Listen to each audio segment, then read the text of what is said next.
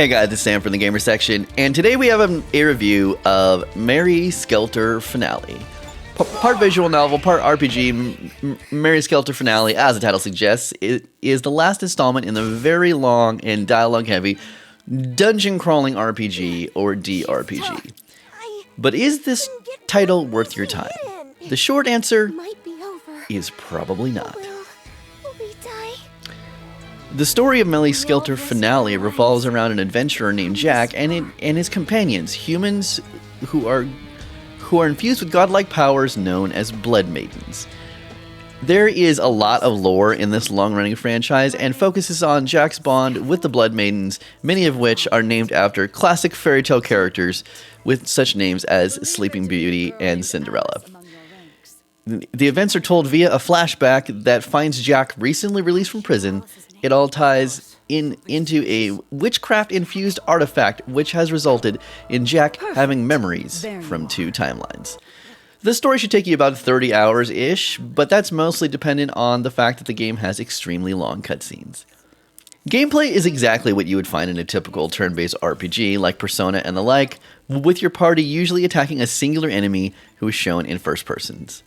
The commands themselves are also tied to the lore, and some of them are admittedly a bit confusing, but at least this title attempts something original by breaking away from the typical attack, defend, and so on.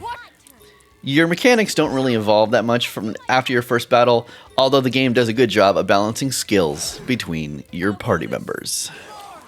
The visuals in this game are mainly told through a series of still anime-infused, anime-inspired imagery, once again, akin to something that you would find in a visual novel. The artwork of these scenes ranges in quality, but some of the battle scenes preceding a big boss fight do have some pretty good flair. Some of the cutscenes are voice acted, some of them are not.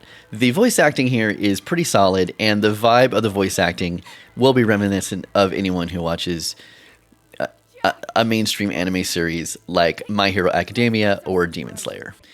Mary Skelter Finale does a poor job of explaining the events of previous entries. Its lore-heavy plot and layered storytelling does not translate well to fresh players, and the game does very little to make it enticing for those who are picking up this franchise for the first time. The dialogue is also bad. Honestly, it has some of the cringiest dialogue and worst writing I have ever seen, even in the setting of a melodramatic RPG.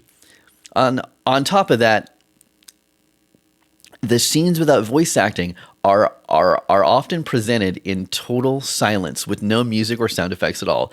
This really drags down the pace of an already slow and long adventure, and you'll probably spend more time clicking through dialogue screens than you will fighting demons.